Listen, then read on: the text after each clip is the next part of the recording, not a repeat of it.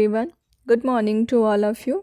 आज है 30 जनवरी और 30 जनवरी से बनने वाले सभी इम्पॉर्टेंट करंट अफेयर का हम लोग इस वीडियो में डिस्कशन करेंगे। तो देखते हैं कि पहला क्वेश्चन क्या है।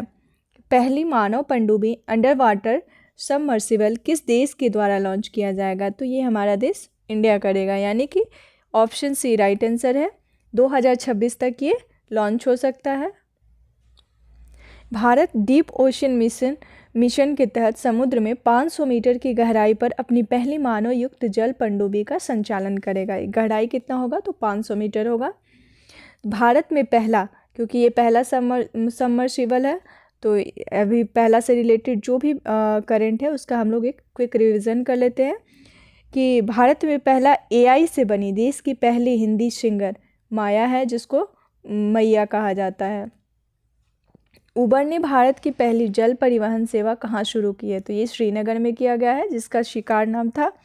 भारत की पहली नाइट सफारी कहाँ बनाई जा रही है? लखनऊ में बनाई जा रही है। भारत के पहले ग्रीन हाइड्रोजन फ्यूल स्टेशन का उद्घाटन कहाँ किया गया है? तो ये लेह में किया गया है।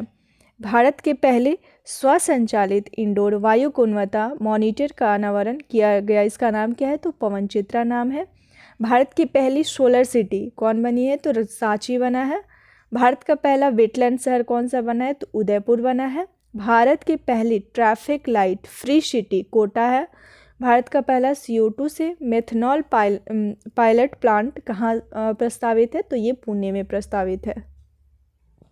दूसरा है कि किन दो देशों के द्वारा Trojan 155 mm towed artillery gun system विकसित किया गया है? तो ये किया गया है भारत और फ्रांस के संयुक्त होकर के भारत और फ्रांस के द्वारा किया गया है, यानी कि ऑप्शन सी राइट आंसर है। Trojan 155 mm towed artillery gun system Bharat और फ्रांस द्वारा विकसित किया गया है और इसे अर्मेनिया से निर्यात का आदेश मिला है। मतलब कि इसे कौन खरीदेगा? अर्मेनिया खरीदेगा। यह एक 155 mm 52 कैलिबर टोइड गन सिस्टम है, जिसे कि लॉन्स एंड ट्रूबो के द्वारा KNDS फ्रांस द्वारा, मतलब कि इंडिया की जो कंपनी है लॉन्स एंड ट्रूडो और फ्रांस का KNDS द्वारा संयुक्त रूप से विकसित किया जा रहा है। और भारत में इस गन की जो रेंज होगी वो 40 किलोमीटर से अधिक होगी, जो गोला बारूद पर निर्भर करती है और यह आधुनिक युद्ध के लिए डिज़ाइन किया गया है। अगला है कि किस राज्य में 27 जनवरी से समान नागरिक संहिता लागू हुआ? तो ये हुआ उत्तराखंड में, यानी कि ऑप्शन सी राइट आंसर है। उत्तराखंड पहला राज्य बना है जिसमें कि समान नागरिक संहिता लागू हुआ है। ऐसे तो गोवा में, जैसे गोवा जो है वहाँ पे 1867 से ही लागू है, लेकिन ये स्वतंत्रता से पहले का है। स्वतंत्रता के बाद होगा कि कौन सा है ऐसा राज्य जिसमें पहली बार UCC लागू हुआ? तो ये उत्तराखंड होगा और स्वतंत्रता से पहले गोवा में लागू है। इसके जरिए पर्सनल लॉ को ख़त्म करके सभी के लिए एक जैसा कानून बनाए जाने का प्रावधान है, यानी कि कोई भी हो, कोई भी धर्म हो, उससे ये फ़र्क नहीं पड़ता है, एक जैसा सबके लिए समान कानून होगा। यानी उत्तराखंड में रहने वाले हर नागरिक के लिए निजी मामलों में भी एक समान कानून होगा, चाहे वह किसी भी धर्म या जाति का क्यों ना हो। पर्सनल लॉ के तहत मुस्लिम पुरुष 4 शादी कर सकते हैं, लेकिन हिंदू मैरिज एक्ट के तहत पहली पत्नी के रहते दूसरी शादी करना अपराध है। 4 तो कर सकते हैं, लेकिन अगर जैसे पहली शादी हुई है, पत्नी है, तो नहीं कर सकते हैं।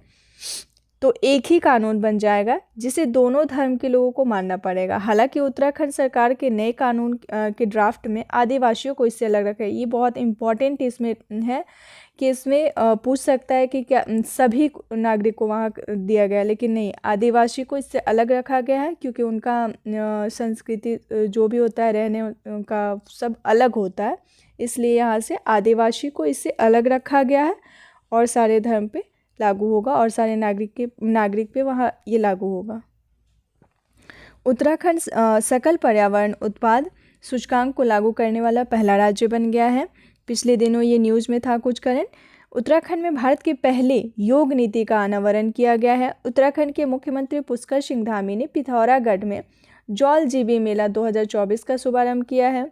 देश के पहले राइटर्स विलेज का उद्घाटन देहरादून, उत्तराखंड में देहरादून से लगभग 24 किलोमीटर दूर थानो गांव का नाम क्या है? थानो गांव में किया गया है। उत्तराखंड में 108 एम्बुलेंस सेवा की तर्ज पर एम्स ऋषिकेश हेली एम्बुलेंस की शुरुआत की गई है। उत्तराखंड वन विभाग ने हल्द्वानी में महाभारत वाटिका की स्थापना की है। ये जगह याद रखना है कि हल्द्वानी में हुई है। महाभारत वाटिका की स्थापना उत्तराखंड के हल्द्वानी में हुआ है।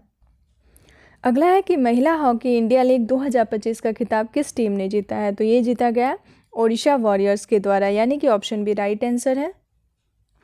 ओडिशा वॉरियर्स ने झारखंड की राजधानी रांची में सोरमा हॉकी क्लब पर 2-1 की जीत के साथ उद्घाटन महिला हॉकी इंडिया लीग का खिताब जीत गया है। और सर्वश्रेष्ठ गोलकीपर कौन बना है? तो ये सविता पूनिया। सोरमा हॉकी क्लब के टूर्नामेंट की आगामी खिलाड़ी कौन है? तो सोनम है सोरमा हॉकी क्लब की। शीर्ष स्कोरर कौन है? तो ये भी जेनसन है ओडिशा वॉरियर्स के। और चार्लोट एंगलवर्ट जो सोरमा हॉकी क्लब के हैं, ये दोनों शीर्ष स्कोरर हैं। अगला है कि रिलायंस इंडस्ट्री किस राज्य में दुनिया का सबसे बड़ा डाटा सेंटर बनाएगी? सबसे बड़ा डाटा सेंटर होगा जो गुजरात में होगा, यानी कि ऑप्शन बी राइट आंसर है। गुजरात के जामनगर में सबसे बड़ा सेंटर बनाया जाएगा। रिलायंस इंडस्ट्रीज गुजरात के जामनगर में दुनिया का सबसे बड़ा डेटा सेंटर बनाने जा रही है। यह महत्वाकांक्षी परियोजना भारत के डिजिटल बुनियादी ढांचे में एक क्रांतिकारी बदलाव लाने की क्षमता रखती है। 1 गीगावाट की क्षमता वाला यह सेंटर दुनिया का सबसे बड़ा डेटा सेंटर होगा। कितना क्षमता होगा इसका? तो 1 गीगावाट इसका क्षमता होगा। गुजरात से रिलेटेड पिछले दिनों में कुछ करंट था, उसको हम लोग एक क्विक रिवीजन कर लेते हैं। केंद्रीय जल शक्ति मंत्री श्री आर पाटिल ने गुजरात के सूरत में पहले सेमी कंडक्टर असेंबली प्लांट का उद्घाटन किया है। प्रधानमंत्री नरेंद्र मोदी ने सूरत में जल संचय जन भागीदारी कार्यक्रम की शुभारंभ की है। केंद्रीय मंत्रिमंडल ने गुजरात के सानंद में एक नए सेमी कंडक्टर संयंत्र की मंजूरी दी है। केंद्रीय पर्यावरण जल मंत्रालय के स्वच्छ वायु सर्वेक्षण 2024 में कौन सा शहर शीर्ष पे रहा? तो ये सूरत रहा है। गरबा को यूनेस्को विरासत सूची में शामिल किया गया है। यूएस की chip company micron semiconductor assembly स्थापित करेगी गुजरात में। ये गुजरात में जो सेमीकंडक्टर असेंबली स्थापित होगा वो कौन सा कंपनी करेगा? तो यूएस का चिप कंपनी करेगा। बरदा वन्यजीव अभयारण्य एशियाई शेरों के लिए दूसरा आवास होगा, जो कि गुजरात में है। हस्तशिल्प घर चोला को भौगोलिक संकेत जीआई टैग मिला।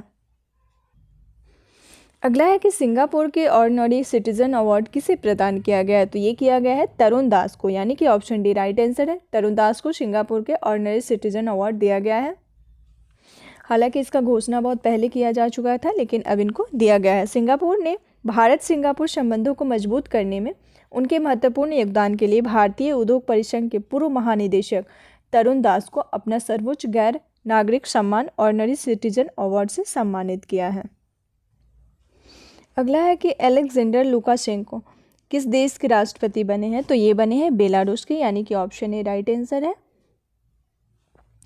अलेक्जेंडर लुकाशेंको ने एक सुनियोजित चुनाव में 86.82% वोट हासिल किए, जबकि उनके निकटतम प्रतिद्वंदी को 3.21 वोट मिले, जिससे ये वहाँ के राष्ट्रपति बन गए हैं। बेलारूस की राजधानी क्या है? तो मिन्स्क है। और वहाँ की मुद्रा क्या है? बेलारूसी रूबल है। और राष्ट्रपति वहाँ के बन चुके हैं अलेक्जेंडर लुकाशेंको। और अभी कुछ दिन पहले न्यूज़ में था कि बेलारूस जो है वो संघाई कॉर्पोरेशन का एशियो का 10वां सदस्य बना है। 10वां सदस्य बन चुका है बेलारूस। अगला है कि किस पूर्व खिलाड़ी को ऑस्ट्रेलिया के हॉल ऑफ फेम में शामिल किया गया है? तो ये किया गया है माइकल क्लार्क को, यानी कि ऑप्शन सी राइट आंसर है। माइकल क्लार्क को ऑस्ट्रेलिया के हॉल ऑफ फेम में शामिल किया गया है। और पूर्व कप्तान माइकल क्लार्क जो हैं वो Australia cricket hall of fame में शामिल होने वाले नवीनतम क्रिकेटर बन गए हैं। वे इस सूची में शामिल होने वाले 64वें क्रिकेटर हैं। 64वें क्रिकेटर ये बन गए हैं। सरकार ने किस वर्ष तक 10,000 जीआई टैग का लक्ष्य रखा है? तो ये रखा गया है 2030 तक, यानी कि ऑप्शन सी राइट आंसर है। 2030 तक 10,000 जीआई टैग दिया जाएगा। भारत सरकार जो है वो 2030 तक भारतीय उत्पादों के लिए 10,000 जीआई टैग का लक्ष्य रखा है। तो उद्योग और आंतरिक व्यापार संवर्धन विभाग के अनुसार अब तक कितने, तो 605 भारतीय उत्पाद हैं जिसको कि जीआई टैग मिल चुका है। जीआई टैग पाने वाले पहला भारतीय उत्पाद कौन सा था, तो 2004 में जीआई टैग मिला था पहला, दार्जिलिंग चाय को मिला था। दार्जिलिंग चाय को मिला था 2004 में, ये पहला था जिसे कि जीआई टैग दिया गया था। के.एम. चेरियन का निधन हुआ है, इनका संबंध किस क्षेत्र से था, तो इनका संबंध था चिकित्सा से, यानी कि ऑप्शन ए राइट आंसर है। विश्व प्रसिद्ध हृदय रोग विशेषज्ञ रहे हैं ये डॉक्टर के.एम. चेरियन जो है ये हृदय रोग विशेषज्ञ हैं जिनका बेंगलुरु में निधन हो गया है 82 वर्ष के में। और के.एम. चेरियन ने भारत में पहली बार किसी मरीज का हृदय फेफड़ा प्रत्यारोपण करने की उपलब्धि हासिल की थी। भारत में पहली बार जो हृदय फेफड़ा प्रत्यारोपण हुआ था उसको कौन किया था, तो के.एम. चेरियन के द्वारा किया गया था और ये चिकित्सा से शामिल है, इसलिए इम्पॉर्टेंट है। क्वेश्चन ऑफ द डे, यानी कि आज का क्वेश्चन है कि किस राज्य केंद्र शासित प्रदेश के वर्जिन कोकोनट ऑयल को जीआई टैग दिया गया है। तो इस क्वेश्चन का जवाब आप लोग को हमें कमेंट बॉक्स में देना है। और प्लीज़ अगर आप लोग को मेरा वीडियो ये पसंद आ रहा है तो मेरे वीडियो को लाइक और सब्सक्राइब करें और अपने दोस्तों के साथ शेयर भी करें ताकि अधिक से अधिक लोग हमसे जुड़ सकें। मिलते हैं फिर नेक्स्ट न्यूज़ के साथ नेक्स्ट वीडियो में। Thanks for watching.